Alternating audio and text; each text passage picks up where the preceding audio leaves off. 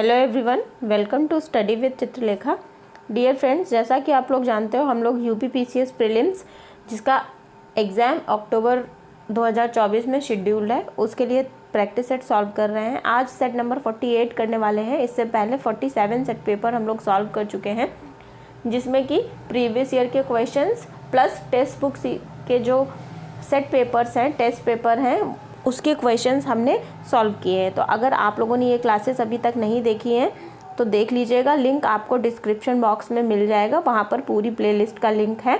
इन classes को भी देख लीजिएगा, आपके लिए बहुत हेल्पफुल और यूज़फुल क्लासेस हैं ये। देखिए, प्रैक्टिस जो है किसी भी एग्ज़ाम के लिए प्रैक्टिस सेट सॉल्व करते हैं जब हम, तो हमारे एग्ज़ाम का जो लेवल होता है हमें एक बार ये समझ में आ जाता है कि जब हम एक्चुअल पेपर को लेकर के एग्जामिनेशन हॉल में बैठेंगे तो हम कितने क्वेश्चन कर पाएंगे। ठीक है, पेपर मॉडरेट लेवल का और टफ़ लेवल का दोनों हो सकता है। समटाइम्स इजी पेपर भी फंसता है, लेकिन अभी हाल फिलहाल में ऐसा देखने को मिल नहीं रहा है। ठीक है, तो सेट पेपर हम लोग जितना ज़्यादा सॉल्व करेंगे उतना ही ज़्यादा हमारी एक्यूरेसी बढ़ेगी और हमारा कॉन्फिडेंस लेवल भी बढ़ेगा। ठीक है, तो आज की क्लास को शुरू करते हैं। सेट नंबर 48 करने वाले हैं। आज हम टेक्स्ट बुक का जो मॉक टेस्ट है उसके क्वेश्चंस करने वाले हैं। ठीक है, जो मोस्ट प्रोबेबल क्वेश्चंस का 150 क्वेश्चंस का सेट पेपर है, ये हम कर रहे हैं। आज की क्लास में 75 क्वेश्चन करेंगे और 75 क्वेश्चंस को हम नेक्स्ट क्लास में करेंगे। ठीक है, तो क्लास को शुरू करते हैं। अगर आप लोग चैनल पर पहली बार आए हैं तो चैनल को सब्सक्राइब ज़रूर कर लीजिएगा, क्योंकि यहाँ पर मैं आप लोगों के लिए सेट पेपर डेली बेसिस पर लेकर के आ रही हूँ। तो सब्सक्राइब करके बेल आइकन प्रेस कर दीजिएगा, और जब आप लोग वीडियो देखते हो अगर पसंद आता है तो वीडियो को लाइक भी कर दिया करिए, शेयर कर दिया करिए अपने दोस्तों के साथ, अपने स्टडी ग्रुप्स में, अपने पीयर ग्रुप्स में, जो भी आपके मित्र बंधु हों, ताकि वो लोग भी अपना रिवीजन अच्छे से कर सकें। ठीक है, चलिए पहला क्वेश्चन देखिए। पहला क्वेश्चन आपका सबसे पहले बायोलॉजी का क्वेश्चन है। एचआईवी विषाणु किसी भी व्यक्ति की रोग क्षमता किस प्रकार कमज़ोर करते हैं। तो जो एचआईवी विषाणु होते हैं, एचआईवी वायरस होते हैं, ये लसिकाणुओं को नष्ट कर देते हैं। ठीक है, एचआईवी की जो फुल फॉर्म होती है ये ह्यूमन इम्यूनो डिफिशियंसी वायरस कहलाता है। ठीक है, ये लसिकाणुओं को नष्ट कर देता है। इससे क्या होता है, शरीर के जो रोगों से लड़ने की क्षमता होती है वो धीरे धीरे खत्म हो जाती है और व्यक्ति कमज़ोर होता जाता है। तो ऑप्शन नंबर 1 जो है हमारे क्वेश्चन का करेक्ट ऑप्शन हो जाएगा। ठीक है, ये जो बातें मैंने आपको बताई ये यहाँ पर लिखी गई हैं। नेक्स्ट क्वेश्चन पर आइएगा। नेक्स्ट क्वेश्चन ये गुप्त ऊष्मा से क्वेश्चन है। गुप्त ऊष्मा डैश स्थिर पर ऊष्मा परिवर्तन को संदर्भित करती है। तो जो गुप्त ऊष्मा होती है ये स्थिर तापमान पर जो ऊष्मा परिवर्तन होता है उसको संदर्भित करती है। तो ऑप्शन नंबर 1 करेक्ट ऑप्शन हो जाएगा। गुप्त ऊष्मा की एक बार डेफिनेशन देख लीजिए, आप लोगों को अच्छे से क्लियर हो जाएगा। गुप्त ऊष्मा एक स्थिर तापमान प्रक्रिया के दौरान शरीर या ऊष्मागतिक तंत्र के द्वारा जारी या अवशोषित ऊर्जा है। गुप्त ऊष्मा को ऊष्मा ऊर्जा के रूप में परिभाषित किया जाता है जो किसी भी पदार्थ के परिवर्तन अवस्था के दौरान अवशोषित या मुक्त होती है। यह या तो गैस से द्रव में या तो द्रव से ठोस में परिवर्तन हो सकता है। तापमान में बदलाव के बिना किसी भी ठोस को तरल या वाष्प में या तरल को वाष्प में बदलने के लिए आवश्यक ऊष्मा गुप्त ऊष्मा होती है। ठीक है, गुप्त ऊष्मा वायुमंडलीय या महासागरीय जल की अवस्था में परिवर्तन, वाष्पीकरण, संघनन या हिमीकरण या गलन से जुड़ी हुई होती है। ठीक है, गुप्त ऊष्मा किसी दिए गए द्रव्यमान के लिए इसका जो इक्वेशन होती है, गुप्त ऊष्मा की जो कैलकुलेशन होती है Q = ml के द्वारा की जाती है। Q क्या होता है? Q पदार्थ की अवस्था के परिवर्तन के दौरान अवशोषित की गई ऊर्जा की मात्रा है जो कि किलोजूल में होती है। m पदार्थ का द्रव्यमान होता है और L जो है किसी विशेष पदार्थ की गुप्त ऊष्मा होती है। ठीक है, और इसकी जो SI मात्रक है वो जूल प्रति किलोग्राम होता है। अगर विमा की बात की जाए तो ml/T-2 ये होती है इसकी विमा। और आप लोग एक चीज़ और ध्यान रखिएगा कि जो जल की गुप्त ऊष्मा होती है ये अधिक होती है, इसीलिए, और विशिष्ट ऊष्मा भी जल की अधिक होती है। इसीलिए आप लोगों ने एक क्वेश्चन आता है एग्ज़ाम्स में कि जाड़े की रातों में या जाड़े के मौसम में किसान फसलों को पाले से बचाने के लिए जल खेतों में सींच देते हैं, ठीक है, सिंचाई कर देते हैं। इससे क्या होता है, जो फसल होती है वो पाले से बच जाती है। तो ये सारी बातें ध्यान रखिएगा। आते हैं अगले क्वेश्चन पर। नेक्स्ट क्वेश्चन है, जब लोग खाद्य पदार्थ के अपाचन से पीड़ित होते हैं तो मिल्क ऑफ मैग्नीशिया का प्रयोग किया जाता है, ये क्या है? तो जो मिल्क ऑफ मैग्नीशिया है ये एक मृदु क्षारक होता है, एक हल्का क्षारक होता है। तो ऑप्शन नंबर 2 जो है ये करेक्ट ऑप्शन हो जाएगा। मिल्क ऑफ मैग्नीशिया जो है देखने में दूध के जैसा होता है, इसीलिए इसे क्या कहते हैं, मिल्क ऑफ मैग्नीशिया कहा जाता है। इसका उपयोग किस लिए किया जाता है? इसका उपयोग एंटासिड के रूप में किया जाता है। जब पेट में जो है एसिडिटी बहुत ज़्यादा हो जाती है, एसिडिटी अम्ल की मात्रा बढ़ जाती है, तो इस अम्ल को न्यूट्रलाइज्ड करने के लिए, उदासीन करने के लिए एंटासिड का उपयोग किया जाता है। और ये जो मिल्क ऑफ मैग्नीशिया MgOH का होल्ट्रॉइस होता है, ठीक है। तो ये सारी बातें ध्यान रखनी है आपको।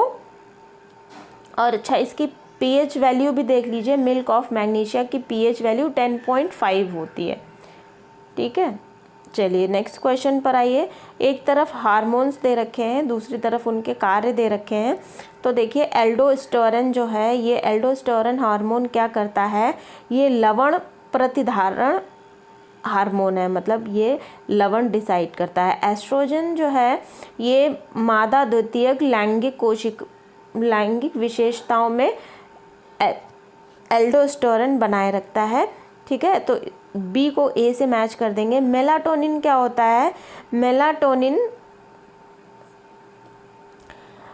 करता है सर्केडियन लय को नियंत्रित करता है, इसको आप लोग 2 से मैच कर देंगे हम। और प्रोस्टेजन क्या होता है? गर्भावस्था को बनाए रखता है, ठीक है। तो ये हो गया हमारा मैचिंग। नेक्स्ट क्वेश्चन पर आइए।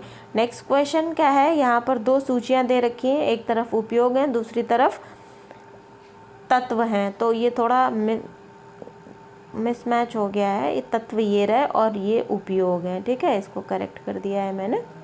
चलिए, यूरेनियम के जो समस्थानिक होते हैं, इससे क्या होता है, परमाणु ईंधन होता है यूरेनियम का समस्थानिक, ठीक है, परमाणु ईंधन के रूप में उपयोग किया जाता है। कोबाल्ट के जो समस्थानिक होते हैं उससे कैंसर का इलाज किया जाता है, कैंसर के इलाज में इसका उपयोग होता है। आयोडीन के समस्थानिक से गोइटर मतलब घेंगा जो हो जाता है आयोडीन की कमी से, उसका इलाज किया जाता है। और रेडियम के समस्थानिक क्या करते हैं, ये भी माध्यमिक कैंसर का इलाज करने के लिए उपयोग होते हैं, ठीक है।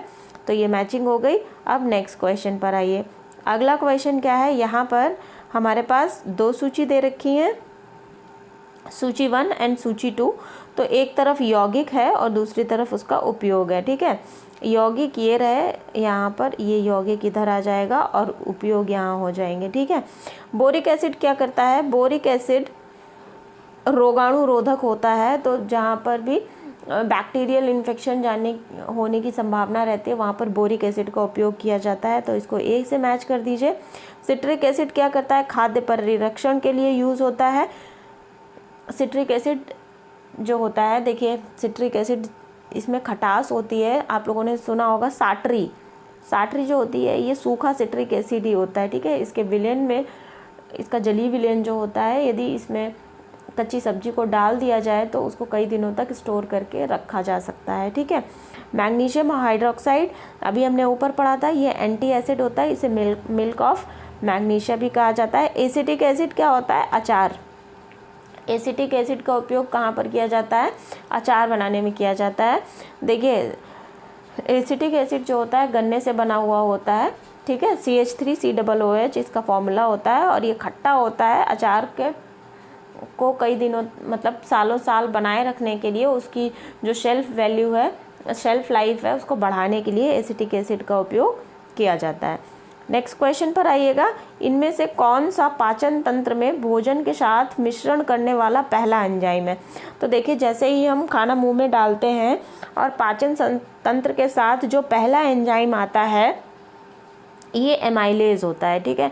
ऑप्शन नंबर 4 करेक्ट ऑप्शन है। ये जैसे ही हम खाना मुंह में डालते हैं, मुंह में जो लार होती है, हमारी लार में एमाइलेज पाया जाता है, ठीक है।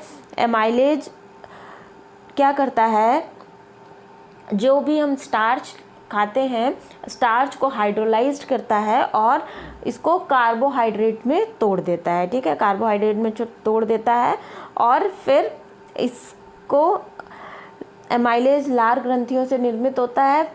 अब जो स्टार्च होता है ये तो कार्बोहाइड्रेट में टूट जाता है। प्रोटीन क्या होता है, प्रोटीन जब पचता है उसको पचाने के लिए पेप्सिन और ट्रिप्सिन इनकी मदद चाहिए होती है, तो प्रोटीन को पचाने के लिए पेप्सिन और ट्रिप्सिन हेल्प करते हैं, ठीक है। ट्रिप्सिन का निर्माण कहाँ पर होता है, अग्नाशय में होता है, और जो पेप्सिन है ये उदर के द्वारा स्रावित होता है, ठीक है। और निष्क्रिय रूप में जब ट्रिप्सिन होता है तो इसे ट्रिप्सिनोजेन भी कहा जाता है। तो ये सारी बातें ध्यान रखेंगे। नेक्स्ट क्वेश्चन पर आते हैं। अगला क्वेश्चन है, लोहे में कौन से भौतिक परिवर्तन होते हैं। तो भौतिक परिवर्तन वे परिवर्तन होते हैं जब किसी भी केमिकल जो बॉन्डिंग होती है या कोई भी रासायनिक उत्पत्ति में कोई भी बदलाव नहीं होता है, ठीक है, तो उस प्रकार के बदलाव को भौतिक परिवर्तन कहा जाता है। केवल अवस्था परिवर्तन, ये समझ सकते हैं आप, एक तरह से अवस्था परिवर्तन जो होता है भौतिक परिवर्तन होता है। जैसे पानी को अगर फ्रीज़र में डाल दीजिए, वो जम जाएगा, तो ये क्या है, अवस्था परिवर्तन है। अभी जब उसको आप बाहर रख देंगे, 0 डिग्री सेंटीग्रेड से नीचे लाएंगे, तो वो फिर से पानी बन जाएगा, ठीक है। तो लोहे का पायन ये जो है एक भौतिक परिवर्तन है। लोहे के चारों ओर विद्युत धारा प्रवाहित करके लोहे के टुकड़े को विद्युत चुंबक में रूपांतरित करना, ये भी भौतिक परिवर्तन है। जब लोहे के टुकड़े से विद्युत धारा हटा दी जाएगी तो क्या होगा, लोहा का टुकड़ा चुंबक से फिर से लोहे के टुकड़े में परिवर्तित हो जाएगा। और लोहे को पिघलाना, लोहे का मान लीजिए कोई बड़ा सा ये टुकड़ा है, इसको पिघलाकर लिक्विड में बदल दिया गया या किसी और फॉर्म में बदल दिया गया, कोई और शेप दे दिया गया, तो ये भी भौतिक परिवर्तन है। लेकिन जो लोहे में जंग लगना है, ये रासायनिक परिवर्तन है। लोहा जो है वायु में उपस्थित ऑक्सीजन के साथ क्रिया करके फेरस आयन रिलीज होते हैं। और आप लोगों ने देखा होगा जो लोहे के बर्तन होते हैं, कढ़ाई वगैरह, जब भी बारिश के मौसम में इसको अगर इस पे पानी गिर जाता है तो क्या होता है, ऑरेंज कलर का लिक्विड जो सेमी सॉलिड होता है या फिर सॉलिड टाइप की जो परत होती है वो इस पे जम जाती है। यही जंग लगने की प्रोसेस होती है और ये रासायनिक परिवर्तन होता है, ठीक है। तो 1, 2 और 3 ये भौतिक परिवर्तन है। तो हमारे क्वेश्चन का करेक्ट ऑप्शन 1, 2, 3 ऑप्शन नंबर 3 हो जाएगा। नेक्स्ट क्वेश्चन पर आइए। वायु में बैंगनी प्रकाश का तरंग दैर्ध्य लगभग कितना होता है। तो 0.6 PM होता है, ये 0.4 PM होता है।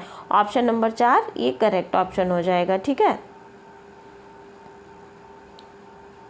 देखिए यहाँ पे एक चीज़ ठीक करनी है, ये जो है यहाँ पे ये PM या UM कुछ भी नहीं है। जो तरंग दैर्ध्य है इसका मात्रक ये होता है म्यू, ठीक है, म्यू, और इसको लैम्डा से प्रदर्शित करते हैं। तो 0.4 ये म्यू है, ठीक, म्यू से इसको प्रदर्शित किया जाता है। ये इसकी मात्रा नापने की इकाई होती है और ये लेंथ नापने की इकाई होती है, तो इसको भी ध्यान रखना है। न्यूट्रॉन के बारे में निम्नलिखित में से कौन सा कथन सही नहीं है। तो देखिए न्यूट्रॉन की खोज जो है जेम्स चैडविक ने की थी लगभग 1932 में की थी, और इन न्यूट्रॉन की खोज के लिए जेम्स चैडविक को भौतिकी का नोबेल पुरस्कार भी दिया गया था। और न्यूट्रॉन के बारे में, न्यूट्रॉन और जो प्रोटॉन होता है, मान लीजिए ये कोई परमाणु है, ठीक है। जो न्यूट्रॉन्स होते हैं परमाणु के बीचों बीच में अवस्थित रहते हैं, न्यूट्रॉन प्लस प्रोटॉन, आप लोगों ने ये पढ़ा भी होगा केमिस्ट्री में। ये मान लीजिए कोई पदार्थ हो गया, तो यहाँ पर न्यूट्रॉन होते हैं और प्रोटॉन होते हैं, ठीक है। न्यूट्रॉन और प्रोटॉन दोनों का जो द्रव्यमान होता है लगभग बराबर होता है, और न्यूट्रॉन पे 0 आवेश होता है, इस पे कोई भी आवेश नहीं होता है, नाभिक के अंदर अवस्थित होते हैं। और इलेक्ट्रॉन्स जो होते हैं परमाणु की कक्षा में चारों ओर परिक्रमा करते होते हैं, ठीक है। तो यहाँ पर जो कथन गलत है वो ये है, ऑप्शन नंबर 4, न्यूट्रॉन नाभिक के चारों ओर घूमते होते हैं। घूमते नहीं हैं, ये उसके केंद्र में रहते हैं, ठीक है। यहाँ पर जो बात मैंने ऊपर आपको बताई थी ये वही यहाँ पर दी हुई है। अच्छा, आप लोगों को इलेक्ट्रॉन, प्रोटॉन और न्यूट्रॉन इन तीनों के खोजकर्ता के नाम पता ही होंगे, अभी बता दिया है हमने क्या कि न्यूट्रॉन की खोज किसने की थी, जेम्स चैडविक ने की थी, ठीक है। और इलेक्ट्रॉन और प्रोटॉन की रह गई। तो एक ये फॉर्मूला बचपन में पढ़ा था मैंने, ईंट पर नाच। तो ईंट पर नाच पे ईंट से आप समझ लीजिए, ई जो है ईंट से हो जाता है आपका इलेक्ट्रॉन, और टा से यहाँ से थॉमसन, ठीक है। जे थॉमसन इंग्लिश में कहते हैं, लेकिन हम लोग हिंदी मीडियम में थॉमसन याद कर लिए थे, तो हमारे लिए ईंट पर नाच ये फॉर्मूला है। इलेक्ट्रॉन की खोज किसने की थी, थॉमसन ने की थी। पर से पा से पर ये हो जाएगा आपका प्रोटॉन, ठीक है। प्रोटॉन, और प्रोटॉन की खोज किसने की थी, रदरफोर्ड ने। किसने की थी, रदरफोर्ड ने। और नाच से आपका न्यूट्रॉन, चा से चैडविक, ठीक। तो ये फॉर्मूला ध्यान रखिएगा, समटाइम्स अगर कहीं क्वेश्चन इस टाइप का मिले तो। अगले क्वेश्चन पर आते हैं। मुख से ली जाने वाली गर्भ निरोधक गोलियां, जिन्हें कॉन्ट्रासेप्टिव पिल्स कहते हैं, निम्नलिखित में से किसके द्वारा संतति निरोध में सहायता करती हैं। तो जो ओरल फॉर्म में ली जाती हैं कॉन्ट्रासेप्टिव पिल्स, ये अंडोत्सर्ग के निरोध के द्वारा संतति निरोध में सहायता करती हैं, ठीक है। ऑप्शन नंबर 1 करेक्ट ऑप्शन हो जाएगा। और जो ये कॉन्ट्रासेप्टिव पिल्स ओरल फॉर्म में जो ली जाती हैं, इसमें ये जो 2 हार्मोन्स होते हैं, प्रोजेस्टेरोन और एस्ट्रोजन, ठीक है, ये इनका संयोजन होता है, दोनों टाइप के हार्मोन्स का संयोजन होता है, और ये अंदर जाकर के ओरल फॉर्म में जब ली जाती हैं तो अंडोत्सर्ग को रोक देती हैं, और फिर ये कॉन्ट्रासेप्टिव का काम करती हैं, ठीक है। नेक्स्ट क्वेश्चन पर आइए। भारत के संविधान के बारे में निम्नलिखित कथनों में से कौन सा कथन सही है। तो उद्देश्य प्रस्ताव सरदार वल्लभ भाई पटेल के द्वारा पेश किया गया था, नहीं। उद्देश्य प्रस्ताव जो है पंडित जवाहरलाल नेहरू के द्वारा पेश किया गया था, तो पहले वाला गलत हो जाएगा। डॉक्टर BR अम्बेडकर ने कानून मंत्री की हैसियत से प्रारूप समिति के अध्यक्ष के रूप में सेवाएं दी थी, तो ये सही बात है, ऑप्शन नंबर 2, केवल 2 जो है ये क्वेश्चन का करेक्ट आंसर हो जाएगा, ठीक है। संविधान सबसे पहले पेश किया गया था 13 दिसंबर 1946 को। उद्देश्य प्रस्ताव किसके द्वारा, जवाहरलाल नेहरू के द्वारा। सर्वसम्मति से 22 जनवरी 1947 को इसे विधानसभा में अपनाया गया था, और 29 अगस्त 1947 को BR अम्बेडकर की अध्यक्षता में प्रारूप समिति की स्थापना की गई थी, ठीक है। और भारत का संविधान लागू कब हुआ था, 26 जनवरी 1950 को पूर्ण रूप से लागू हुआ था। 26 नवंबर 1949 को संविधान के निम्नलिखित में से कौन कौन से प्रावधान लागू हुए थे। तो देखिए, नागरिकता, निर्वाचन, अस्थायी संसद और मौलिक अधिकार।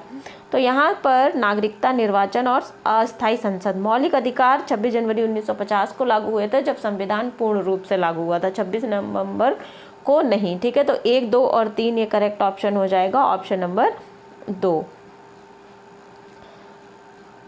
26 नवंबर 1949 को भारतीय संविधान को अपनाया गया था, 284 सदस्यों ने हस्ताक्षर किए थे। इसे कानून दिवस या संविधान दिवस के रूप में हम मनाते हैं हर साल, ठीक है। और 26 नवंबर 1949 को अनुच्छेद 5, 6, 7, 8, 9, 90, 324, 366, 367 और उसके अलावा 394, ये बीच के आप लोग देख लीजिएगा, सारे अनुच्छेद ये लागू हुए थे संविधान के।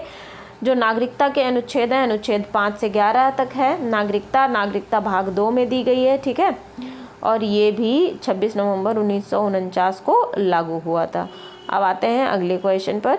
भारत और अमेरिका की संघीय व्यवस्थाएं निम्नलिखित में से किस पहलू के सिवाय अन्य सभी से में भिन्न है।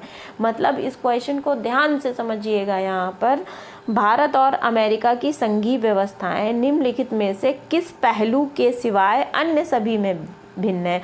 मतलब एक पहलू ऐसा है जो सेम है, ठीक है, बाकी सभी भिन्न है। तो देखिए, उच्च सदन राज्यसभा में राज्य का समान प्रतिनिधित्व तो बिल्कुल नहीं। जो हमारे यहाँ राज्यसभा है, ये राज्य जितने भी हैं हमारे यहाँ सबका अलग अलग प्रतिनिधित्व है, तो ये वाला तो समान नहीं है, ठीक है। दोहरी नागरिकता बिल्कुल नहीं, हमारे यहाँ तो सिंगल सिटीजनशिप है। न्यायालयों की दोहरी प्रणाली नहीं है, एकल प्रणाली है, ये वाला भी गलत है। दोहरी सरकार, केवल ये वाली बात मिलती है अमेरिका से, ठीक है। और यही समान है, बाकी सारी चीज़ें भिन्न है, ठीक है। दोहरी सरकार केंद्र सरकार है हमारे यहाँ, और राज्यों में राज्य सरकार है, तो इसको ध्यान रखेंगे। अब चलते हैं हम अगले क्वेश्चन पर आते हैं। भारतीय संविधान की प्रस्तावना में उल्लिखित समाजवाद के बारे में निम्नलिखित में से कौन सा कथन सही है? तो यहाँ पर दो कथन दे रखे हैं। पहला क्या है, समाजवाद का भारतीय ब्रांड लोकतांत्रिक समाजवाद है। बिल्कुल सही बात है। भारत में लोकतंत्र को जो है बहुत ही ज़्यादा महत्व दिया गया है, और या हम यूँ कहें लोकतंत्र जो है, भारत एक दुनिया का सबसे बड़ा लोकतांत्रिक देश है।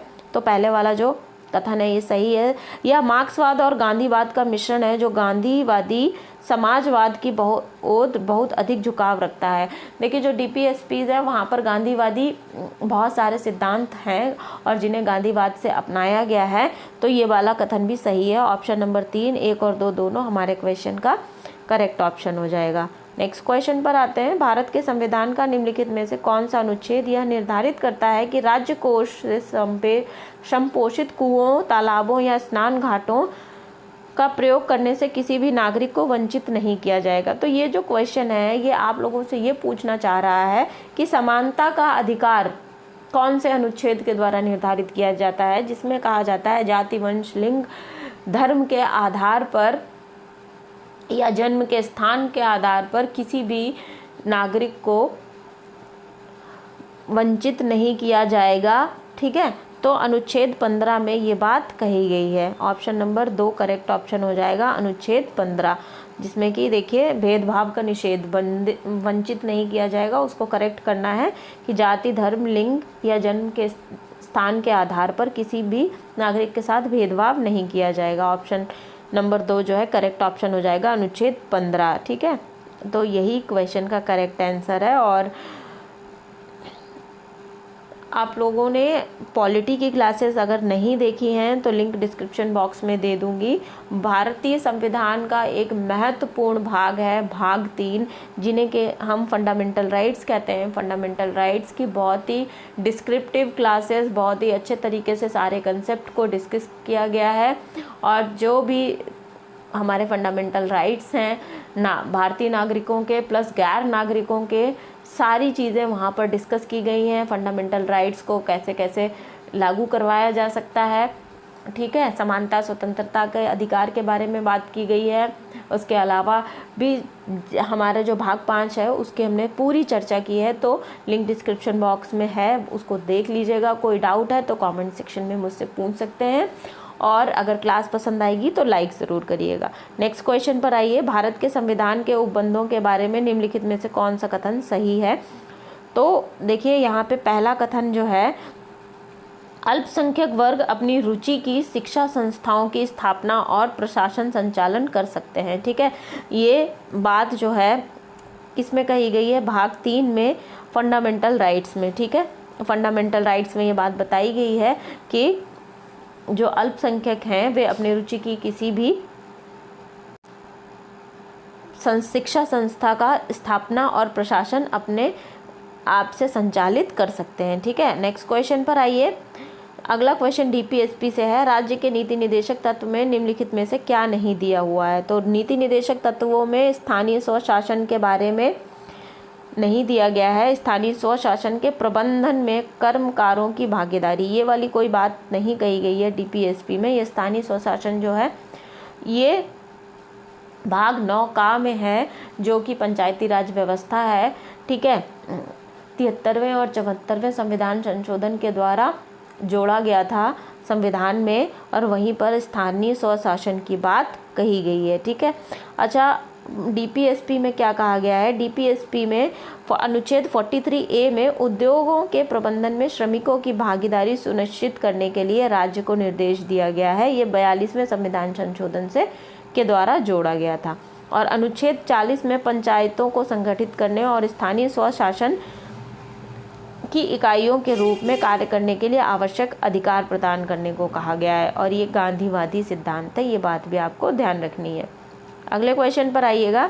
यहाँ पर प्रादेश हैं और उनका अर्थ क्या है? अब 2 कॉलम है, कौन सा सही सुमेलित है ये हमें बताना है। तो देखिए, बंदी प्रत्यक्षीकरण का मतलब होता है शरीर किसी भी बंदी को प्रस्तुत करना 24 घंटे के भीतर। तो जो पहला वाला है ये सही है। परमादेश का मतलब होता है हम आज्ञा देते हैं या आज्ञा देना। तो ये सही सुमेलित नहीं है। निषेध, निषिद्ध करना, ये सही है। उत्प्रेषण का मतलब होता है सूचित करना या सर्टिफाई करना, ठीक है। तो ये वाला उत्प्रेषण जो है ये इसको इससे मैच कर दीजिए। परमादेश हम आज्ञा देते हैं, ये हो जाएगा। 1 और 3 सुमेलित हैं, तो ऑप्शन नंबर 2 सही हो जाएगा आंसर क्वेश्चन का, केवल 1 और 3। अगले क्वेश्चन पर आइए। निम्नलिखित में से कौन सा युग्म गलत है, ये हमें बताना है। तो देखिए अनुच्छेद 161 जो है राज्यपाल की क्षमादान की शक्ति है। अनुच्छेद 167 मुख्यमंत्री के कर्तव्य बताता है। अध्यादेश जारी करने की राज्यपाल की शक्ति जो होती है अनुच्छेद 213 में है। जबकि राष्ट्रपति की पूछी जाए तो अनुच्छेद 123 में राष्ट्रपति की अध्यादेश जारी करने की शक्ति होती है जब संसद का कोई भी सत्र चालू नहीं होता है, ठीक है। जबकि अनुच्छेद 165 किसकी बात करता है, ये राज्य के महाअधिवक्ता के बारे में बात करता है जिसकी नियुक्ति राज्यपाल के द्वारा की जाती है। तो राज्यपाल का विशेष अभिभाषण नहीं है, ये अनुच्छेद 176 में है, ठीक है। तो यही वाला गलत है, सही सुमेलित नहीं है। ऑप्शन नंबर 4 क्वेश्चन का करेक्ट ऑप्शन हो जाएगा। भारत के संविधान की आधारभूत संरचना में परिवर्तन करने की शक्ति के संदर्भ में निम्नलिखित में से कौन से कथन सही हैं। यहाँ हमारे पास 3 कथन है, अब हमें बताना है कि कौन कौन से कथन सही हैं। यह संसद की संशोधन करने की शक्ति को विस्तार से परे है, ये वाला कथन बिल्कुल सही है। जो बेसिक स्ट्रक्चर है उसको संसद किसी भी तरीके से बदल नहीं सकती है। बेसिक स्ट्रक्चर में संविधान संशोधन की प्रक्रिया के द्वारा कोई भी बदलाव नहीं किया जा सकता है, तो पहला कथन सही है। यह जनता के द्वारा संविधान सभा में प्रतिनिधियों के माध्यम से प्रयोग किया जा सकता है, ये वाली बात भी सही है। संसद की संवैधानिक शक्तियों के अंतर्गत शामिल है, तीसरी बात गलत है। तो ऑप्शन नंबर 2 केवल 1 और 2 ये जो है हमारे क्वेश्चन का करेक्ट ऑप्शन हो जाएगा। आधारभूत संरचना क्या है, आधारभूत संरचना बेसिक स्ट्रक्चर जो केशवानंद भारती मामला था 1973 में, उसमें निकल कर ये सामने आया था। सुप्रीम कोर्ट के फैसले ने ये कहा था कि जो बेसिक स्ट्रक्चर है संविधान संशोधन की प्रक्रिया के द्वारा उसको बदला नहीं जा सकता है, ठीक है। संविधान में संशोधन किसी भी प्रकार से इस तरीके का नहीं होना चाहिए कि जो बेसिक स्ट्रक्चर है उसमें कोई बदलाव आए, ठीक है। तो इसको ध्यान रखना है। अब आते हैं हम ये देखते हैं कि जो बेसिक स्ट्रक्चर है उसके तहत कौन कौन सी चीज़ें हैं, कौन कौन से घटक हैं, ठीक है। तो मौलिक अधिकार, डीपीएसपी, मौलिक सिद्धांत और मूल्य जिनके आधार पर संविधान निर्माताओं ने हमारे संविधान का निर्माण किया, देश की संप्रभुता, एकता इत्यादि, ये सब जो है बेसिक स्ट्रक्चर का गठन करते हैं। इनमें जो संसद है कोई भी चेंज नहीं कर सकती है। और भी सारी चीज़ें हैं। तो ये जो पॉलिटी की डिस्क्रिप्टिव क्लास है, जैसा कि मैंने आप लोगों को बताया, हम वहाँ पर प्लेलिस्ट में सारी क्लासेस हैं, आप उस वहाँ पर जाकर के देख सकते हो क्लास को। सारी चीज़ें डिस्कस की गई हैं बहुत ही डिस्क्रिप्टिव और कॉन्सेप्चुअल वे में। अगले क्वेश्चन को देखिएगा। भारतीय संविधान का कौन सा भाग अनुसूचित जाति और जनजाति क्षेत्रों से संबंधित है। तो भाग 10 में अनुसूचित जाति और जनजाति क्षेत्रों की बात की गई है, ठीक है।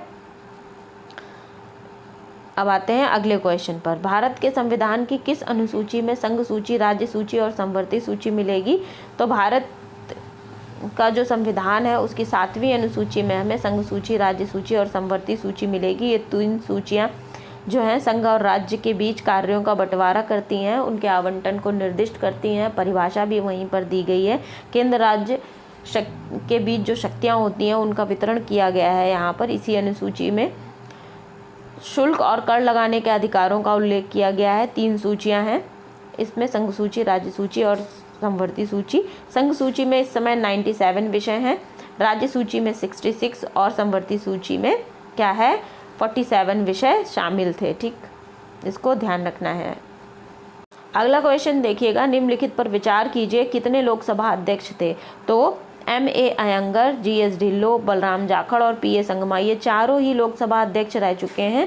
तो ऑप्शन नंबर 4 जो है 4 करेक्ट ऑप्शन हो जाएगा। यहाँ पर मैंने आप लोगों के लिए लिस्ट बना दी है जो जो लोकसभा स्पीकर रहे हैं और कब से कब तक रहे हैं, तो आप लोग ये पढ़ सकते हो, ठीक है। जो 4 नाम अभी ऊपर थे वो भी आपको यहाँ पर मिलेंगे, तो इनको आप लोग पढ़ लीजिएगा। और इस समय कौन है लोकसभा स्पीकर, तो ओम बिरला हैं, राजस्थान के बूंदी क्षेत्र से ये सांसद हैं। भारत की लोकसभा की पहली महिला अध्यक्ष कौन थी? मीरा कुमार थी, 2009 से 2014 तक रही। सुमित्रा महाजन जो है दूसरी लोकसभा अध्यक्ष महिला अध्यक्ष बनी, ठीक है। तो इन दोनों के नाम भी ध्यान रखिएगा। अगले क्वेश्चन पर आते हैं। यहाँ पर दो कथन और कारण दे रखे हैं। पहला ए जो है कथन है, कारण आर है। हमें इन्हीं के आधार पर अपना क्वेश्चन बताना है, आंसर, ठीक है।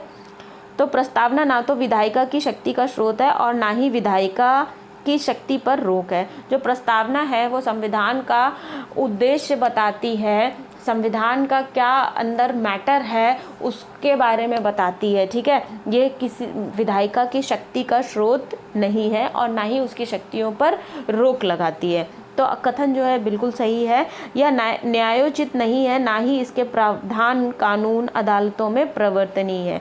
ये भी सही बात है। जो प्रस्तावना है ये नॉन जस्टिशिएबल इन नेचर है, मतलब प्रस्तावना को कोर्ट के द्वारा लागू नहीं करवाया जा सकता है। केवल फंडामेंटल राइट्स का हनन होने पर उसको सुप्रीम कोर्ट के द्वारा लागू करवाया जा सकता है। जब कोई व्यक्ति, किसी भी व्यक्ति का फंडामेंटल राइट का हनन होता है तो वो जब सुप्रीम कोर्ट की शरण में जाता है तब सुप्रीम कोर्ट उसे अनुच्छेद 32 के तहत, जो कि संवैधानिक उपचारों का अधिकार कहा जाता है, 5 प्रकार की रिट्स जारी करता है, ठीक है। तो उससे क्या होता है, फंडामेंटल राइट्स अगर किसी व्यक्ति के हनन हुए हैं तो वहाँ से कानूनी सहायता मिल सकती है। अब यहाँ से हमारा जो क्वेश्चन है इसका आंसर बनेगा ऑप्शन नंबर बी। कथन और कारण दोनों तो सही है लेकिन आर ए की सही व्याख्या नहीं है। तो ऑप्शन नंबर 2 जो है क्वेश्चन का करेक्ट ऑप्शन हो जाएगा, ठीक है। देखिए प्रस्तावना के बारे में जो बात मैंने यहाँ पर बताई आपको वो ये दे रखी है, इसको आप लोग वीडियो पॉज करके रीड कर सकते हो। अब नेक्स्ट क्वेश्चन पर आइएगा। निम्नलिखित में से कौन सा धन विधेयक की परिभाषा के अंतर्गत नहीं आता है? तो अनुच्छेद 117 की अपेक्षाओं के अनुसार कोई वित्तीय विधेयक धन विधेयक की परिभाषा के अंतर्गत नहीं आता है। ऑप्शन नंबर 3 करेक्ट ऑप्शन हो जाएगा। धन विधेयक की जो डेफिनेशन है, धन विधेयक की परिभाषा अनुच्छेद 110 में दी गई है। धन विधेयक, कोई भी विधेयक धन विधेयक माना जाता है जब कोई कर लगाने की या हटाने की बात कही गई हो, सरकार को उधार लेना हो, सरकार जो है समेकित निधि या आकस्मिक निधि की निकासी करनी हो, या विनियोग मामले से संबंधित हो, या उपरोक्त में से कोई भी प्रासंगिक बात हो, ठीक है, तब वो विधेयक धन विधेयक माना जाता है। अच्छा, ये कौन निर्धारित करता है कि कोई भी विधेयक धन विधेयक होगा या नहीं होगा? तो इसका जो निर्धारण है लोकसभा अध्यक्ष के द्वारा, लोकसभा स्पीकर के द्वारा किया जा सकता है, ठीक है। जब कोई भी धन विधेयक राज्यसभा में भेजा जाता है तो राज्यसभा ना तो उसको संशोधित कर सकती है और ना ही उसे अस्वीकार कर सकती है, ठीक है। इसके बारे में केवल सिफारिश कर सकती है और 14 दिनों तक रोक सकती है। कोई भी धन विधेयक लोकसभा में पेश किया जाता है राष्ट्रपति की सिफारिश पर या राष्ट्रपति की पूर्वानुमति पर ही पेश किया जाता है। तो ये सारी बातें ध्यान रखनी है आपको। हम चलते हैं अगले क्वेश्चन पर, ठीक है। अगले क्वेश्चन पर आइएगा। निम्नलिखित में से कौन लोकसभा के अध्यक्ष के निर्वाचन की तिथि निर्धारित करता है? तो भारत का जो राष्ट्रपति है लोकसभा के अध्यक्ष के जो तिथि होती है उसको निर्धारित करता है, ठीक है। जो नवनिर्वाचित सदस्य होते हैं उनमें से ही कोई सदस्य चुना जाता है, उसको ही लोकसभा का अध्यक्ष बनाया जाता है। जो बहुमत दल प्राप्त करती है, पार्टी बहुमत प्राप्त करती है, उसमें से ही किसी व्यक्ति को लोकसभा का अध्यक्ष बनाया जाता है, ठीक है। जो सदस्य होते हैं पार्टी के बहुमत दल के, वो क्या करते हैं, एक उम्मीदवार का नाम बताते हैं और नाम के बारे में राष्ट्रपति को सूचित करते हैं। चुनाव के बाद राष्ट्रपति को जो है ये चुनाव तिथि की घोषणा के बाद राष्ट्रपति के सलाहकार महासचिव के द्वारा इसकी जो नाम है वो तय किया जाता है, ठीक है। एक ही नाम प्रस्तुत किया जाता है तो कोई औपचारिक मत डालने की आवश्यकता नहीं होती है। अगले क्वेश्चन पर आते हैं। निम्नलिखित कथनों पर विचार कीजिए, कौन सा कथन सही है ये हमें बताना है। तो प्रधानमंत्री का कार्यकाल निश्चित होता है, ये कथन सही नहीं है। राष्ट्रपति जो है, यहाँ पर प्रधानमंत्री जो है राष्ट्रपति के प्रसाद पर्यंत अपना पद धारण करता है, ठीक है। कार्यकाल निश्चित नहीं होता है, लेकिन इसका मतलब ये नहीं होता है कि जो राष्ट्रपति है वो कभी भी प्रधानमंत्री को उसके पद से हटा सकता है। राष्ट्रपति प्रधानमंत्री को उसके पद से केवल तभी हटा सकता है जब जो प्रधानमंत्री है वो लोकसभा में विश्वास मत खो देता है, ठीक है, या उसके खिलाफ अविश्वास प्रस्ताव पारित हो जाता है। दूसरा कथन क्या है? प्रधानमंत्री लोकसभा में विश्वास खो देता है। यदि प्रधानमंत्री लोकसभा में विश्वास खो देता है तो उसे इस्तीफा देना चाहिए या राष्ट्रपति उसे बर्खास्त कर सकता है। तो दूसरी वाली बात सही है, पहला कथन गलत है। तो ऑप्शन नंबर 2 केवल 2 सही हो जाएगा, ठीक है। अब देखिए, जो बातें मैंने आपको बताई वे यहाँ पर लिख दी हैं, इसको आप नोट कर सकते हो या फिर क्या करते हो, रीड करते चलते हो। जो अनुच्छेद 75 है ये प्रधानमंत्री के बारे में है कि राष्ट्रपति के द्वारा प्रधानमंत्री की नियुक्ति की जाएगी। जो बहुमत दल का नेता होता है उसे ही प्रधानमंत्री बनाया जाता है और प्रधानमंत्री की सलाह पर राष्ट्रपति अन्य मंत्रियों की नियुक्ति भी करता है, ठीक है। तो ये सारी बातें ध्यान रखिएगा। नेक्स्ट क्वेश्चन पर आते हैं। उच्चतम न्यायालय की निम्नलिखित में से कौन सी शक्ति उच्च न्यायालय को भी प्रदान की गई है? तो जो अभिलेख के न्यायालय होते हैं ये उच्चतम न्यायालय और उच्च न्यायालय दोनों होते हैं। तो ऑप्शन नंबर 3 करेक्ट ऑप्शन हो जाएगा। सलाहकारी शक्ति केवल सुप्रीम कोर्ट के पास है और सुप्रीम कोर्ट जो है अनुच्छेद 143 के अंतर्गत क्या करता है, राष्ट्रपति को सलाह दे सकता है यदि राष्ट्रपति किसी भी संवैधानिक मामले में सुप्रीम कोर्ट से सलाह मांगता है तो, ठीक है। जो न्यायालय के समक्ष लंबित वाद या पूर्ण न्याय करने की जो शक्ति है ये भी सुप्रीम कोर्ट के पास है। विशेष इजाज़त की जो याचिकाएं मंजूर और खारिज करने की बात होती है ये भी शक्ति सुप्रीम कोर्ट के पास है। नेक्स्ट क्वेश्चन पर आइए। सर्वोच्च न्यायालय के न्यायाधीश के रूप में किसे नियुक्त किया जा सकता है? तो देखिए, सर्वोच्च न्यायालय के न्यायाधीश के रूप में नियुक्त करने के लिए यहाँ पर जो भी हमारे पास ऑप्शन दे रखे हैं तो उसमें से जो करेक्ट ऑप्शन बनेगा, भारत के राष्ट्रपति की राय में एक प्रतिष्ठित विधि वेत्ता हो उस व्यक्ति को सर्वोच्च न्यायालय का जो न्यायाधीश नियुक्त किया जा सकता है। अब हम यहाँ पर देख लेते हैं संविधान इसके बारे में क्या कहता है। तो संविधान के अनुच्छेद 124(2) के तहत राष्ट्रपति सर्वोच्च न्यायालय के न्यायाधीशों की नियुक्ति करता है और राष्ट्रपति अपना इस्तीफा किसको सौंपते हैं? नहीं, राष्ट्रपति नहीं, न्यायाधीश, सर्वोच्च न्यायालय के न्यायाधीश अपना इस्तीफा राष्ट्रपति को देते हैं, ठीक है। अनुच्छेद 124(3) में क्या कहा गया है? जो सर्वोच्च न्यायालय का न्यायाधीश बनने के लिए योग्यताएं होनी चाहिए वो क्या होनी चाहिए? भारत का नागरिक होना चाहिए, कम से कम 5 वर्षों के लिए उच्च न्यायालय का न्यायाधीश होना चाहिए या फिर कम से कम 10 वर्षों के लिए उच्च न्यायालय का अधिवक्ता होना चाहिए या फिर राष्ट्रपति की राय में एक प्रतिष्ठित विधि वेत्ता होना चाहिए। यही वाली बात जो है हमारे क्वेश्चन का भी करेक्ट आंसर बनी। संविधान ने सर्वोच्च न्यायालय के न्यायाधीश के रूप में नियुक्त होने के लिए न्यूनतम आयु निर्धारित नहीं की है, ठीक है, ये बात भी ध्यान रखनी है हमें। नेक्स्ट क्वेश्चन पर आते हैं। पंचायत संस्था से संबंधित भारत के संविधान में प्रावधान किस राज्य पर लागू नहीं होते हैं? मेघालय पर लागू नहीं होते हैं, ठीक है।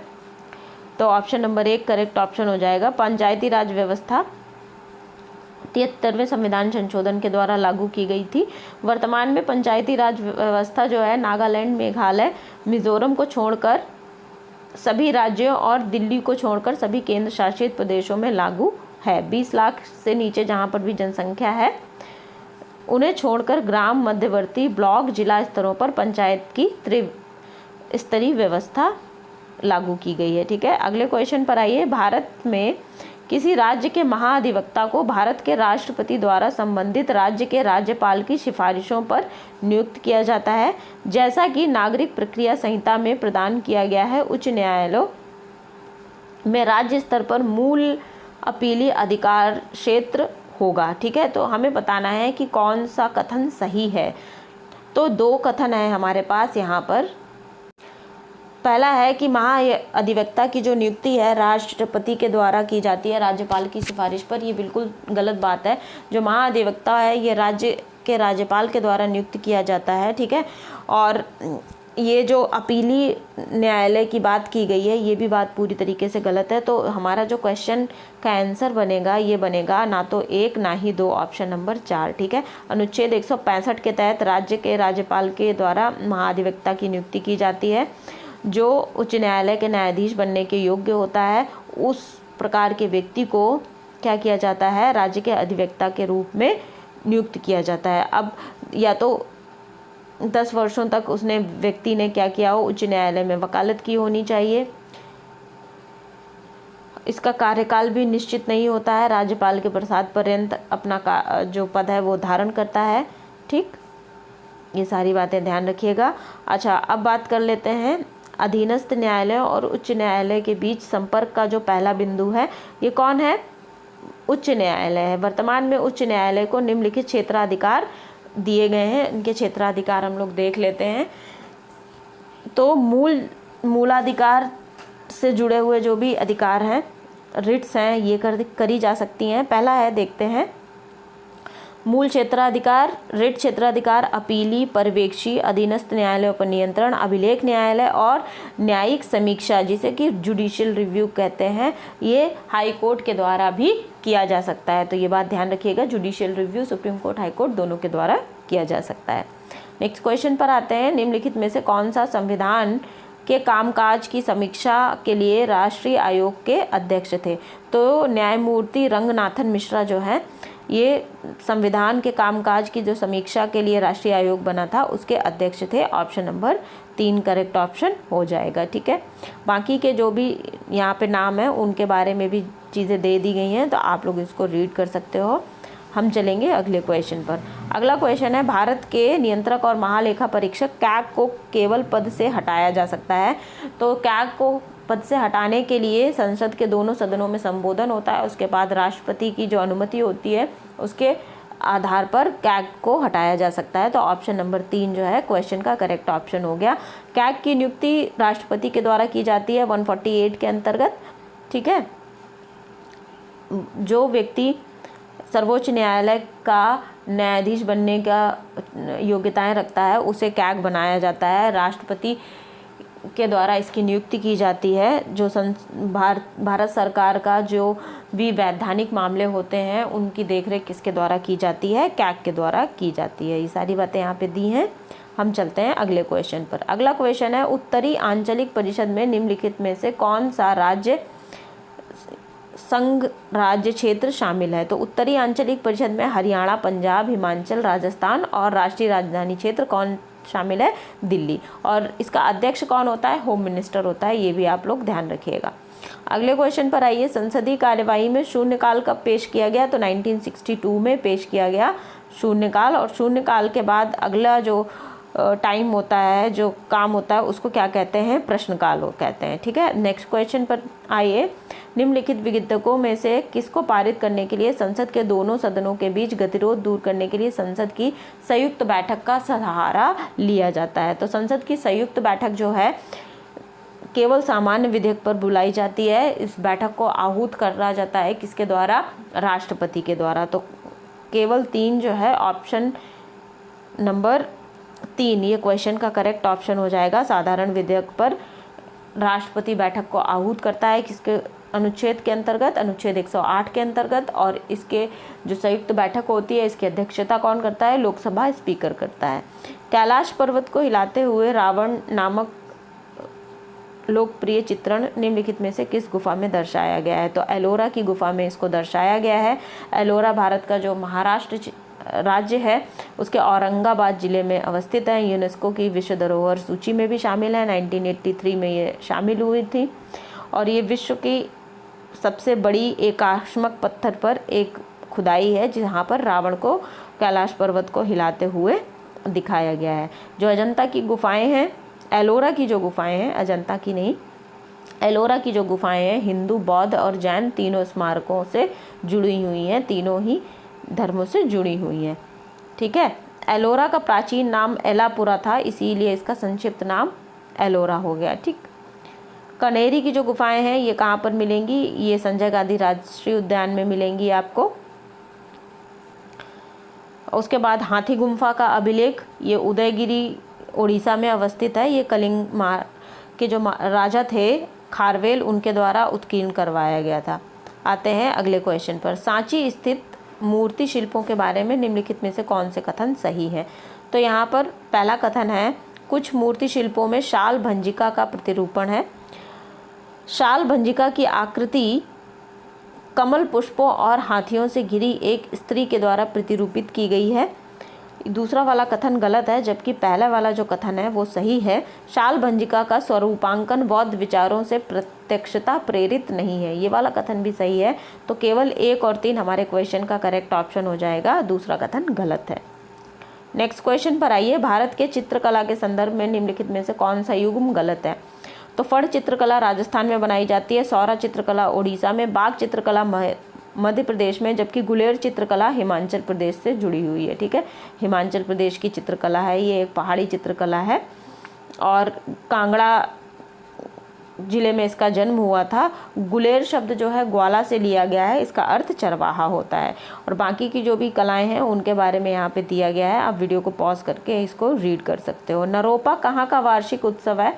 तो नरोपा देखिए लद्दाख का वार्षिक उत्सव है, इसे हिमालय का कुंभ भी कहा जाता है। इसका ये जो उत्सव है इसका आयोजन 12 वर्षों के बाद होता है, प्रत्येक 12वें वर्ष में तिब्बती कैलेंडर के अनुसार। ठीक है, यहाँ पर पारंपरिक परिधानों में 108 महिलाएं जो है शोंडोल नृत्य करती हैं। ठीक है, इससे पहले 2016 में इसका आयोजन किया गया था। अगले क्वेश्चन पर आइए। कुमारिल भट्ट और प्रभाकर निम्नलिखित में से किस दार्शनिक संप्रदाय से जुड़े हुए हैं? तो ये पूर्व मीमांसा से जुड़े हुए हैं कुमारिल भट्ट और प्रभाकर। ठीक है, लोकायत से जुड़े हुए चारवाक हैं। नेक्स्ट क्वेश्चन को देखिएगा। निम्नलिखित में से किस हड़प्पा नगर दुर्ग के निचले शहरी क्षेत्रों में कई बड़े कुंड और जलाशय मिले हैं? तो धौलावीरा जो गुजरात में अवस्थित है, इसके में कई नगर दुर्ग इस हड़प्पा के जो नगर शैली है धौलावीरा में दुर्ग और निचले शहरी क्षेत्रों में कई बड़े कुंड और जलाशय मिले हैं। ठीक है, कच्छ जिले में पड़ता है धौलावीरा और इसकी सारी विशेषताएं ये यहाँ पर दी गई हैं, इसको आप लोग रीड कर सकते हो। राखीगढ़ी एक और इम्पॉर्टेंट इंडस वैली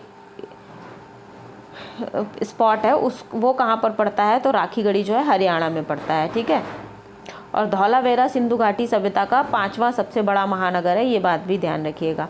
अब अगला क्वेश्चन है, निम्नलिखित में से कौन जैन आचार्य नहीं था? तो खेमा जो है ये जैन आचार्य नहीं थी, ये बौद्ध धर्म से जुड़ी हुई थी, या यूँ कहें ये जो महात्मा बुद्ध हैं इनका जो वंश था उन्हीं के वंश में इन्होंने जन्म लिया था। खेमा ऑप्शन नंबर 2 क्वेश्चन का करेक्ट ऑप्शन हो जाएगा। निम्नलिखित में से कौन सा प्रयाग प्रशस्ति में वर्णित समुद्रगुप्त का गुण नहीं है? तो प्रयाग प्रशस्ति जो है इलाहाबाद शिलालेख को प्रयाग प्रशस्ति कहा जाता है।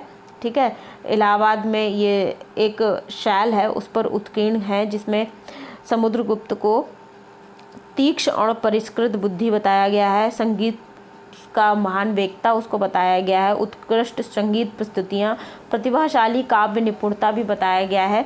संगीत की निपुणता इस प्रकार से लगाई जा सकती है कि वहाँ पर जो समुद्रगुप्त हैं इनको वीणा बजाते हुए दिखाया गया है। ठीक है, निपुण मूर्तिकार के बारे में कोई बात नहीं कही गई है, तो ऑप्शन नंबर 2 क्वेश्चन का करेक्ट ऑप्शन है।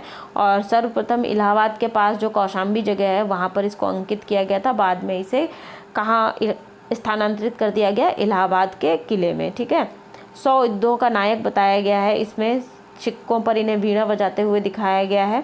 सीलोन के राजा को बौद्ध मठ बनाने की अनुमति भी इन्होंने दी थी, ऐसा भी कहा गया है, और कविताओं के संरक्षक होने के बात भी कही गई। अगले क्वेश्चन पर आइए। निम्नलिखित में से कौन सी पुस्तक हर्षवर्धन के द्वारा लिखी गई है?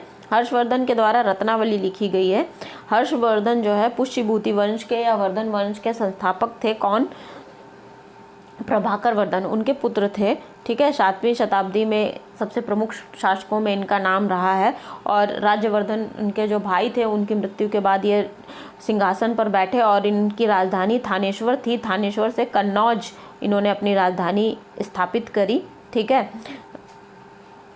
और ये जो बौद्ध धर्म है उसके महायान शाखा को इन्होंने अपना लिया था, और इन्होंने इलाहाबाद में प्रयाग के संगम पर एक बहुत बड़ी बौद्ध सभा का आयोजन भी किया था। ठीक, इसको ध्यान रखिएगा। आगे चलते हैं।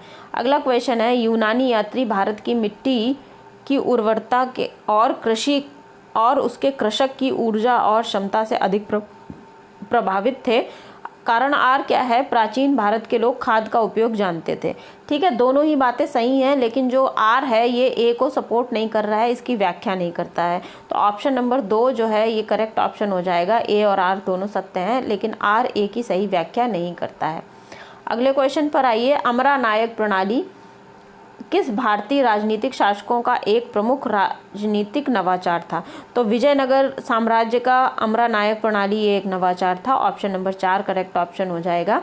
ठीक है, नेक्स्ट क्वेश्चन को देखते हैं। अलाउद्दीन खिलजी के द्वारा शुरू किए गए अभियानों के संदर्भ में निम्नलिखित कथनों पर विचार कीजिए और कौन सा कथन सही है ये हमें बताना है। इसने उत्तरी भारत के एक बड़े कृषि भाग की उपज पर 50% कर लगाया। बिल्कुल सही बात है।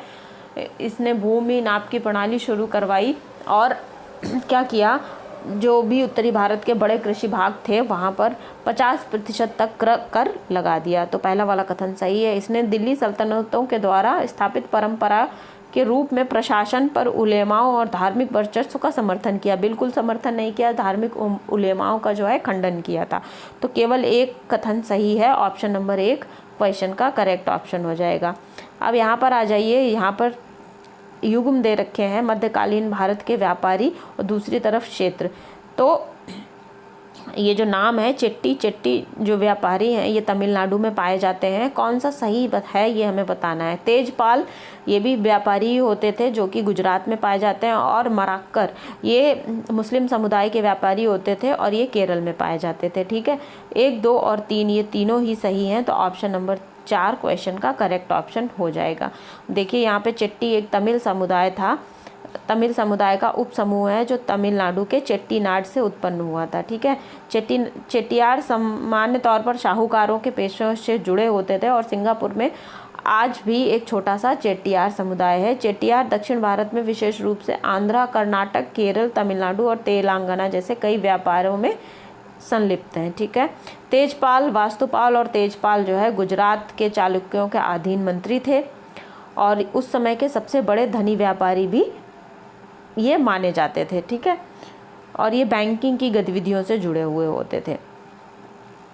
मराक्कर एक दक्षिण एशियाई मुस्लिम समुदाय था जो भारतीय राज्यों में तमिलनाडु, केरल और श्रीलंका के कुछ हिस्सों में पाया जाता था। निजाम प्रशासन के तहत अधिकारियों और उनके कर्तव्यों के निम्नलिखित जोड़ों पर विचार कीजिए और कौन कौन से कथन जो जोड़े सुमेलित हैं ये हमें बताना है। ठीक है, सही सुमेलित हैं। तो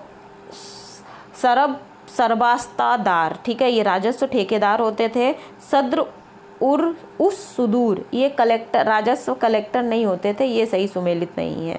काजी ये सुबह नागरिक और आपराधिक प्रशासन देखता था। तो पहला और तीसरा सही है जबकि दूसरा वाला गलत है। तो ऑप्शन नंबर 2 केवल 1 और 3 क्वेश्चन का करेक्ट ऑप्शन हो जाएगा। अगला क्वेश्चन क्या है? दिल्ली सल्तनत की निम्नलिखित में से किस व्यवस्था का बहमनी और विजयनगर साम्राज्यों पर प्रभाव पड़ा था? ठीक है, तो दिल्ली सल्तनत की जो इक्तादारी व्यवस्था थी, इक्तादारी प्रणाली, इसका बहमनी साम्राज्य पर और विजयनगर साम्राज्य पर बहुत बड़ा प्रभाव पड़ा था। इक्तादारी व्यवस्था क्या होती थी? ऑप्शन नंबर 4 करेक्ट ऑप्शन है। इक्तादारी दिल्ली सल्तनत के द्वारा या सल्तनत काल में शुरू किया गया था। ये राजस्व संग्रह की एक प्रणाली होती थी और जो क्षेत्र होते थे ये प्रशासनिक इकाइयों में विभाजित होते थे और जो प्रशासनिक इकाइयाँ थी इन्हें क्या कहा जाता था? इक्ता कहा जाता था और उनके जो अधिकारी होते थे उन्हें इक्तादार कहा जाता था और इनके जो निर्दिष्ट क्षेत्र होते थे वहाँ से ये राजस्व इकट्ठा करके राजा तक पहुँचाते थे। ये सारी बातें ध्यान रखनी है। आते हैं हम अगले क्वेश्चन पर। अगला क्वेश्चन क्या है? यहाँ पर 2 सूचियाँ दे रखी हैं, लेखक और दूसरी तरफ उनके कृतियाँ। तो हमें यहाँ पे क्या करनी है? मैचिंग। वृंदावन दास इन्होंने चैतन्य मंगल लिखा, ऑप्शन 4 से मैच कर दीजिए। कृष्णदास कविराज इन्होंने क्या लिखा? चैतन्य चरितमृत लिखा, ठीक है, 3 से मैच कर दीजिए। मुकुंद राम चक्रवर्ती इन्होंने क्या लिखा? इन्होंने चंडी मंगल लिखा, 2 से मैच कर दीजिए। रामेश्वर भट्टाचार्य इन्होंने शिव संकीर्तन लिखा, 1 से मैच कर दीजिए। नेक्स्ट क्वेश्चन पर आइएगा। निम्नलिखित में से कौन सा एक लॉर्ड वेलेस्ली की सहायक संधि प्रथा के निबंधन और शर्तों में शामिल नहीं था? तो वेलेस्ली की शर्तों में जो चीज़ शामिल नहीं थी वो थी सहयोगी अन्य शासकों के साथ समझौता करने या युद्ध में भाग लेने के लिए स्वतंत्र था। जो लॉर्ड वेलेस्ली ने भारतीय राजाओं के साथ सहायक संधि की थी उसमें उसने साफ कहा था जो भी जिनके साथ भी सहायक संधि होगी वो किसी भी अन्य राजा के साथ सहयोग नहीं कर सकता है, उससे युद्ध में सहायता नहीं ले सकता है, ना ही उसे सहायता दे सकता है। ठीक है, और ब्रिटिश जो है वो जिनके साथ भी सहायक संधि हुई है उनकी सुरक्षा करेंगे। राज्य क्षेत्र में ब्रिटिश सैन्य दल तैनात करेंगे जिसकी देखरेख और उसका जो भी खर्चा होगा वो कौन रख देगा, जिसके साथ सहायक संधि हुई है वो राजा देगा। ठीक है, तो इस तरीके से ऑप्शन नंबर 2 केवल सही हो जाता है, 30 बाकी के मतलब यही वाला सही नहीं है, यही हमारे क्वेश्चन का करेक्ट आंसर है। ठीक है, अगले क्वेश्चन पर आइए। 18वीं शताब्दी के संदर्भ में दस्तक क्या था? तो दस्तक जो है ये एक प्रकार का व्यापार परमिट था जो ईस्ट इंडिया कंपनी के अधिकारियों के द्वारा यूरोपीय व्यापारियों को जारी किया जाता था।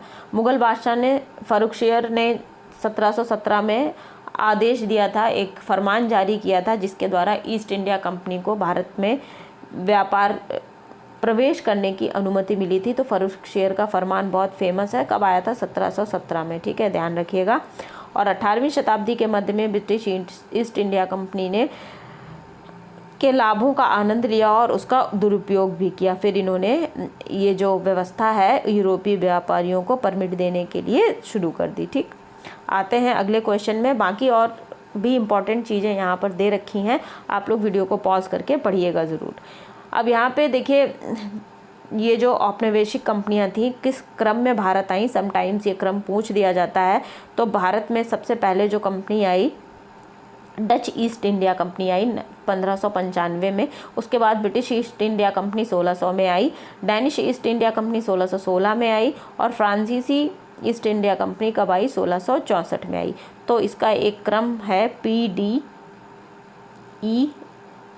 ठीक है, ये क्रम है, इसको याद कर लीजिएगा PDEF। पी से सबसे पहले पुर्तगाली आए थे। यहाँ पे मुझे लग रहा है एक चीज़ मिस हो गई है जो कि ऊपर है, हाँ ये रहा, ये देखिए सबसे पहले पुर्तगाली आए थे 1498 में केप ऑफ गुड होप के होते हुए आए थे। केप ऑफ गुड होप जो है अफ्रीका में पड़ता है, ये अफ्रीका का दक्षिणी बिंदु है। ठीक है, सबसे तो PDEF जो बताया था मैंने PDEF, तो P फॉर पुर्तगाली, D for Dutch, E for English.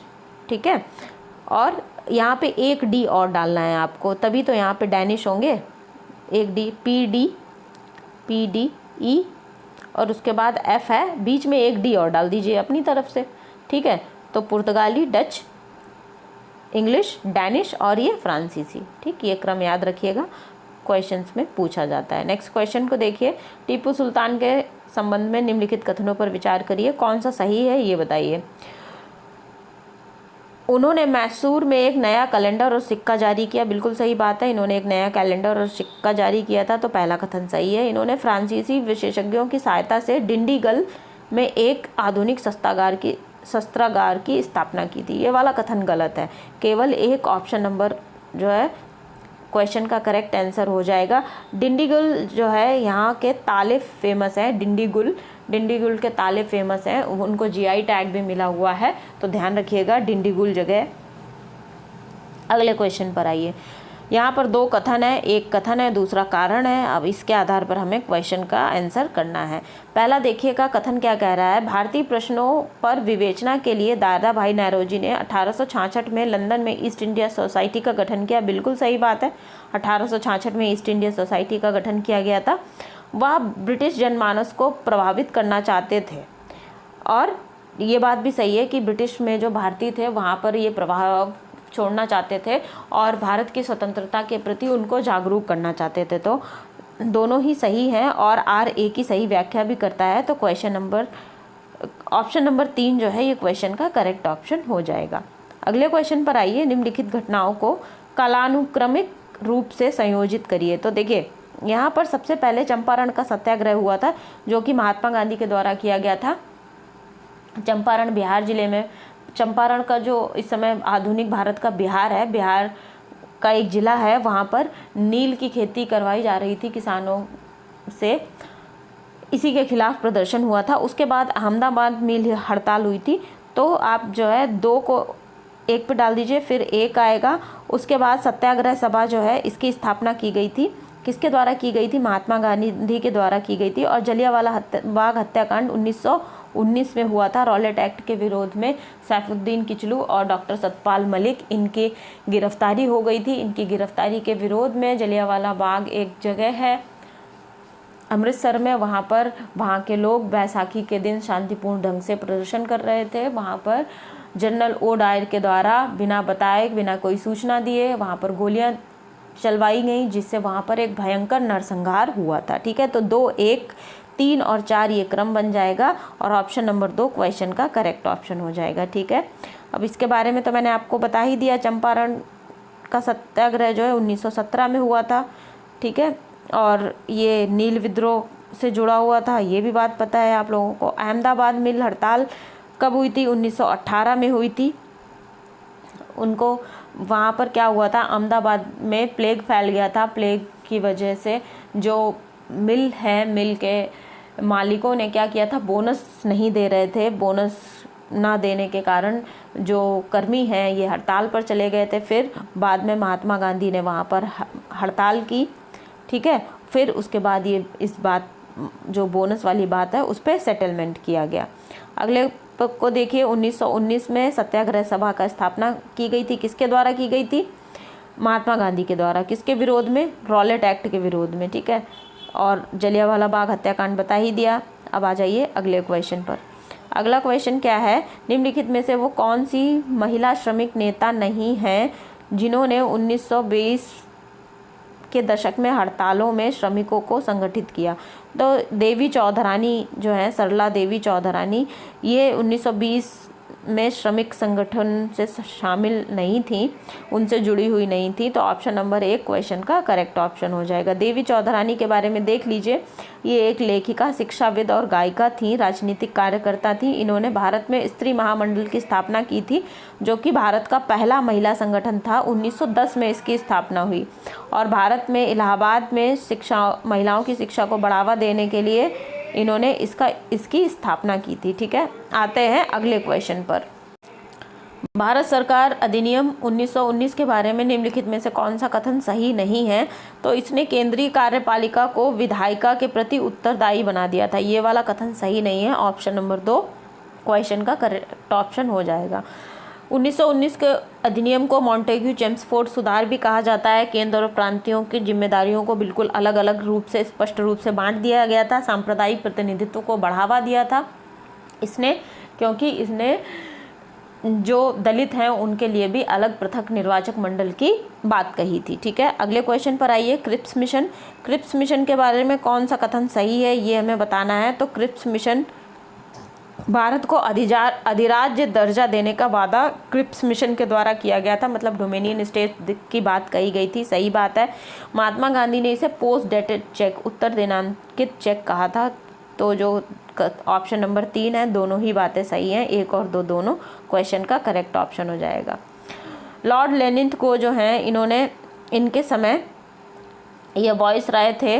1941 में 5 सदस्य की एक टीम भारत आती है और जिसको कहा जाता था, क्या कहा गया? क्रिप्स मिशन कहा गया। ठीक है, क्रिप्स मिशन क्यों कहा गया? सर स्ट्रैफोर्ड क्रिप्स जो है, इनकी अध्यक्षता में ये मिशन भारत आया था, इसीलिए इसका नाम क्या पड़ गया? क्रिप्स मिशन पड़ गया। डोमिनियन स्टेट्स बनाने की बात कही गई और अल्पसंख्यकों को सुरक्षा देने की बात कही गई। ये सारी बातें ध्यान रखनी है। यहाँ पर पैट्रिक लॉरेंस भी इनके एक सदस्य थे। ठीक, अगले क्वेश्चन पर आइए। भारत छोड़ो आंदोलन के दौरान जवाहरलाल नेहरू को किस जेल में रखा गया था? तो इन्हें अहमदनगर किला जेल में रखा गया था। भारत छोड़ो आंदोलन के दौरान अंग्रेजों ने ऑपरेशन 0R चलाया था, ऑपरेशन शून्यकाल शुरू किया था। 9 अगस्त 1942 को भारत छोड़ो आंदोलन के सभी नेताओं को गिरफ्तार करके किसी न किसी जेल में डाल दिया गया था। आगा खां पैलेस में किसको रखा गया था? महात्मा गांधी को रखा गया था, जबकि बाकी अन्य को कहाँ रखा गया था? अहमदनगर किले में रखा गया था। ठीक है, और उसी समय कांग्रेस एक गैर संवैधानिक निकाय घोषित हो गया था और उस समय अस्थायी सरकार का भी गठन किया गया था। सबसे पहले बलिया में अस्थायी सरकार का गठन हुआ था। किसके द्वारा हुआ था? चित्तू पांडे के द्वारा हुआ था। ये बात भी आप लोगों को ध्यान रखनी है, ठीक है। अगले क्वेश्चन पर आते हैं। 1920 के दशक का एक लोकप्रिय एका आंदोलन किसके कारण उभरा? एका आंदोलन 1920 के दशक में हुआ था। ये ठेकेदारों के उत्पीड़न के कारण किसानों ने के कारण हुआ था, ठीक है। ठेकेदारों ने उत्पीड़न कर रखा था, इसलिए ऑप्शन नंबर 2 करेक्ट ऑप्शन हो जाएगा। एका आंदोलन या एकता आंदोलन, इसे एकता आंदोलन भी कहा जाता है। 1921 के अंत में संयुक्त प्रांत जिसे कहा जाता था, इस समय जो उत्तर प्रदेश के नाम से एक राज्य है, उसके हरदोई, बहराइच और सीतापुर जिलों में उभरा था और कांग्रेस और खिलाफत आंदोलन के द्वारा ये शुरू किया गया था। इसके जो नेतृत्वकर्ता थे ये मदारी पासी थे, इनका नाम ध्यान रखिएगा, पूछा गया है क्वेश्चंस में। आंदोलन का मुख्य कारण उच्च किराया था, जो आमतौर पर कुछ क्षेत्रों में दर्ज किराए से लगभग 50% अधिक था। लगान वसूल करने के लिए जो ठेकेदार नियुक्त किए गए थे उनके द्वारा उत्पीड़न किया जाता था। बटाई लगान की प्रथा ने भी इस आंदोलन में क्या दिया था? अपना योगदान दिया था। अगले क्वेश्चन पर आइए। एक तरफ नाम दे रखे हैं स्वतंत्रता सेनानियों के और दूसरी तरफ समाचार पत्र, कौन सा सही सुमेलित है हमें ये बताना है, ठीक है। तो अब देखिए, श्रीपाद अमृत डांगे ये जो हैं भारतीय समाजशास्त्री का प्रकाशन इनके द्वारा नहीं किया गया, तो पहले वाला गलत है, ठीक है। वीरेंद्र नाथ चट्टोपाध्याय, इन्होंने तलवार का प्रकाशन किया। रासबिहारी बोस, इन्होंने गदर का प्रकाशन नहीं किया। गदर का प्रकाशन जो है लाला हरदयाल के द्वारा किया गया था। गदर पार्टी की स्थापना भी लाला हरदयाल के द्वारा की गई थी, ये बात याद रखिएगा। मैडम भीकाजी कामा, इन्होंने वंदे मातरम का प्रकाशन किया था, तो दूसरा सही है, चौथा सही है, जबकि पहला और तीसरा गलत है। और तो सही सुमेलित हमें बताना है, इसलिए क्वेश्चन का आंसर हो जाएगा ऑप्शन नंबर 4, 2 और 4। यहाँ पर अगले क्वेश्चन पर आते हैं। देखिए, इकोनॉमिक्स का एक बहुत ही बढ़िया क्वेश्चन है। यहाँ पे घाटे के प्रकार दे रखे हैं और दूसरी तरफ उसका विवरण दे रखा है कि वित्तीय घाटा क्या होता है। वित्तीय घाटा जो है कुल राजस्व प्राप्तियाँ और गैर ऋण पूंजीगत प्राप्तियां जो होती हैं, इनका अंतर होता है, उसे वित्तीय घाटा कहते हैं। अंतर नहीं, व्यय, कुल व्यय राजस्व प्राप्तियां और गैर पूंजीगत प्राप्तियां, उसे वित्तीय घाटा कहते हैं। तो ए को मैच कर दीजिए। एक से राजस्व घाटा, राजस्व व्यय माइनस राजस्व प्राप्तियां। प्रभावी राजस्व घाटा क्या होता है? राजस्व घाटों में से पूंजीगत संपत्ति के निर्माण के लिए जो अनुदान दिया जाता है उसको घटा देते हैं, तो प्रभावी राजस्व घाटा मिल जाता है। जबकि प्राथमिक घाटा क्या होता है? प्राथमिक घाटा वित्तीय घाटा माइनस ब्याज भुगतान को क्या कहते हैं? प्राथमिक घाटा कहते हैं, ठीक है। अगले क्वेश्चन पर आइए। इनमें से कौन सा केंद्र सरकार की राजस्व प्राप्तियों का एक घटक है? मतलब एक घटक नहीं है, इसको अंडरलाइन कर लीजिए। रेवेन्यू रिसीट कौन सी नहीं है, हमें ये बताना है। तो देखिए, इकोनॉमिक्स के क्वेश्चन में जहाँ पर भी थोड़ा सा भी आपको क्वेश्चन में क्लैरिफिकेशन कम हो तो तुरंत उसका जो है इंग्लिश वर्जन देखिए। इंग्लिश वर्जन में बहुत ही ईजी लैंग्वेज में दे रखा होता है। और मुझे पर्सनली अगर मैं बात करूं तो इकोनॉमिक्स को जो है बाईलिंगुअल पढ़ना चाहिए। जो इंग्लिश के टर्म्स होते हैं वो आपको जल्दी याद रहते हैं हिंदी के अपेक्षा, ठीक है। तो रेवेन्यू रिसीट्स जो नहीं है, ये डिसइन्वेस्टमेंट रिसीट्स। अब यहाँ पे विनिवेश पावतियाँ को हम रिसीट्स कहेंगे तो हमें आसानी से याद रहेगा, ठीक है। तो विनिवेश पावतियाँ जो हैं ये रेवेन्यू रिसीट में नहीं आती हैं, ये कैपिटल रिसीट में आती हैं।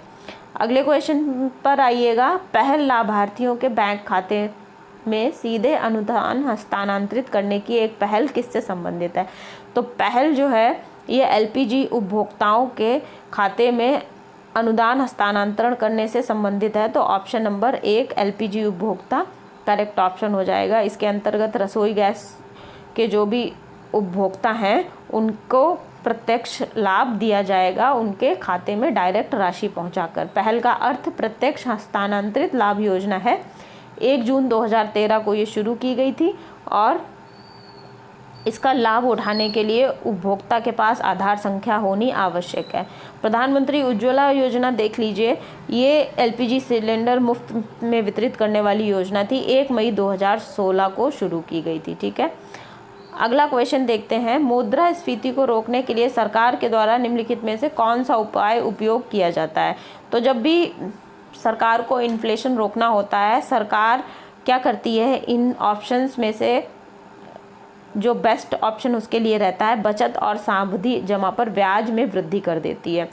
बचत मतलब जो सेविंग अकाउंट्स होते हैं, सावधि जमा मतलब जो एफडी होती हैं, फिक्स डिपॉजिट्स होते हैं, वहाँ पर इंटरेस्ट रेट बढ़ा देती है। तो इससे क्या होता है, जो मार्केट में लिक्विडिटी होती है वो कम हो जाती है। जब मार्केट में लिक्विडिटी कम हो जाएगी तो क्या हो जाएगी, परचेजिंग पावर कम हो जाती है कंज्यूमर की, तो जो इन्फ्लेशन हो रहा होता है उसको नीचे लाया जा सकता है। तो ऑप्शन नंबर 3 ये क्वेश्चन का करेक्ट ऑप्शन हो जाएगा।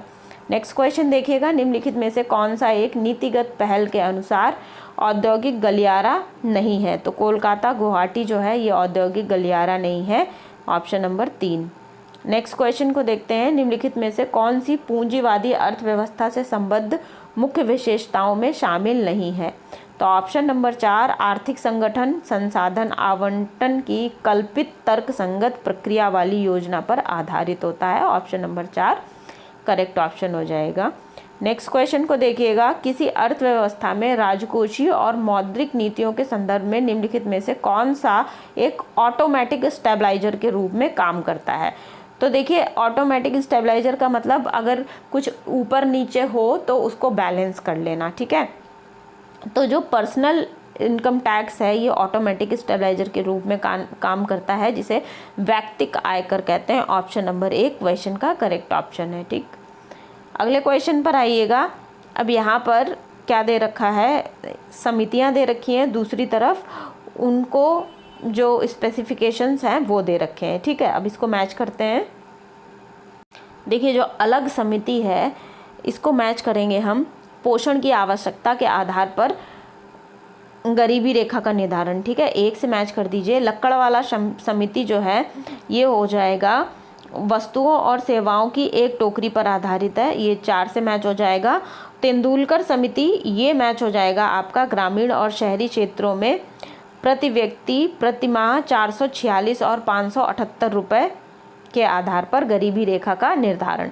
रंगराजन समिति जो है इसको मैच कर दीजिए, शहरी क्षेत्रों में 2090 और ग्रामीण क्षेत्रों में 2155 किलो कैलोरी के आधार पर गरीबी रेखा का निर्धारण। तो ये इस प्रकार से मैचिंग हो जाती है।